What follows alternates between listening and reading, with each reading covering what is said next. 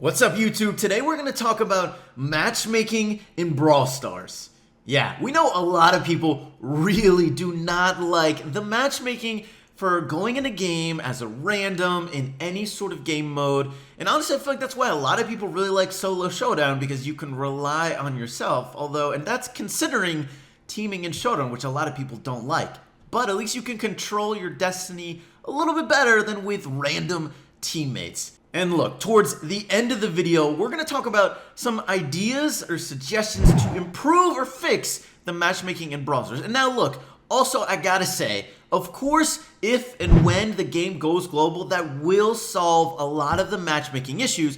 But I still think there are other ways that it could be improved beyond this, and even once global happens, I still think it would be a really good idea for some of these changes. But, I mean, look at just how much people really dislike matchmaking. Just type in matchmaking in search on the Brawl Stars subreddit, and look at all these different posts complaining about matchmaking. When you win 4 matches, all your team are Jessies. There's a lot of times where you have really bad teammates, or you have really weird team comps, or there's a lot of different things that can happen. People are just, power levels are totally different. The trophy levels are totally different.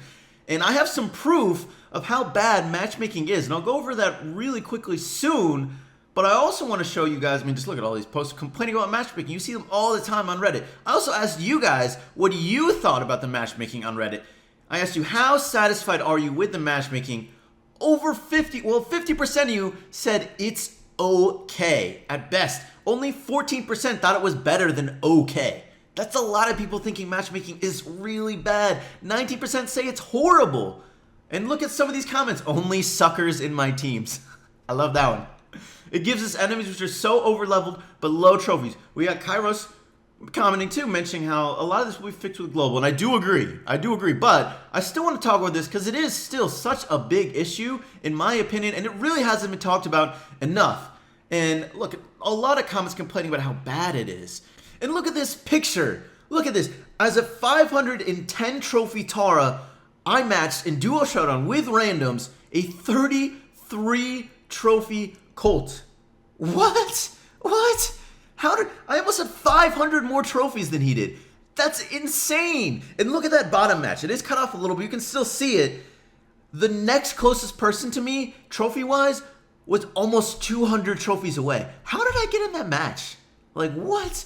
That's just crazy. Actually, though, it went pretty well. We got first place both times. I continued with him. I didn't realize he was 33 trophies when I was playing with him. And, hey, we won. So I guess who am I to complain? But how did I get into a match with him in the first place? That is just crazy. All right, well, actually, I want to go over some stats I gathered, and I'm going to tell you a little bit what I figured out from how the matchmaking works. So what I did is I went with randoms in a couple different game modes, and I recorded the trophy levels of my opponents to see what sort of people am I matching with. How bad is matchmaking really? So I did it in Duo Showdown, in Heist, a 3v3 mode, and in Solo Showdown. Now I actually gathered a good amount of data. In Duo Showdown I played 35 games, recorded 35, Solo Showdown 25, and in Heist 25 games. Now let's go over Duo Showdown first. All right, on average, my trophies were 502. My teammates' trophies on average, can you guess? Actually, it's probably in the overlay. It was 346 trophies. So there was over 150 trophy difference on average between myself and my teammate, which is definitely why I get pretty frustrated with my random teammates pretty often. They're probably, they're just not nearly close to my trophy level, which is what you would hope, because you want them to be at a similar skill level to you. Ideally, come on, you want to be playing with good people so you can obviously just keep winning. You don't want people to be at totally different skill levels and experience than you when you go into a match.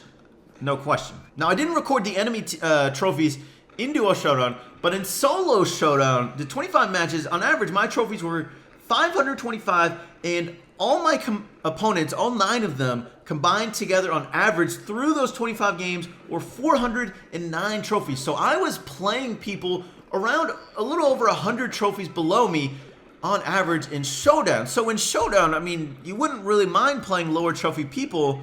Obviously, you want to play like the worst people possible as your enemy, so why you can just keep beating them.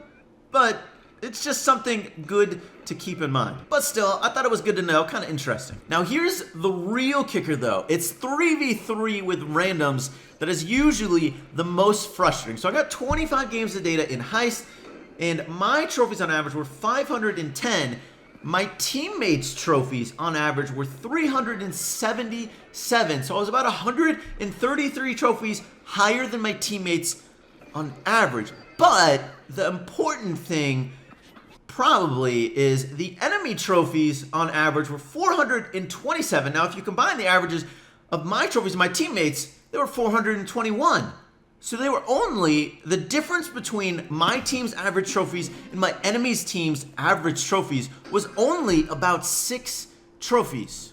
So that is definitely how matchmaking works really well. They consider a lot the average trophies of your team, and that's where I probably got matched with that Colt, because he was so low trophies and he was getting matched in these lobbies where people were in the 200 to 300 trophies. So in order to get his team's average trophy closer to theirs, he had to be matched with someone higher trophies. Based on this, the only way he would have matched with someone lower trophy level is if that average trophy level of his lobby was way lower, or if he just got lucky, I guess. I mean, there definitely are cases where it doesn't always go to the average, for sure, so maybe it could have happened, but that's where it does happen sometimes, and how it's possible, because Supercell, it looks like in Brawl Stars, they try and really closely match the average trophies of teams together, and they're hoping that is going to make it a good match. But just worrying about the average total trophies, not caring if that means people who are really far apart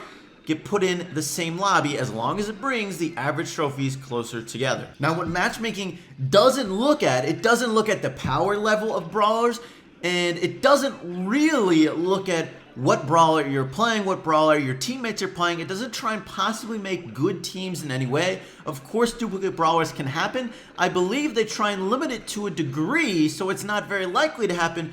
But definitely in the past couple months, I think they reduced that limiter by a lot to make matchmaking a lot quicker. Of course, they could try harder to match people of a more similar trophy level, but what would probably happen in the current state of the game is it would just make matches take a lot longer. So that's sort of what they're sacrificing. They're thinking, okay, look, he's going to be playing with this guy who's really low trophy and kind of sucks, but he's going to have a quicker match. So which would you prefer? I mean, not playing at all is probably worse than losing, I guess.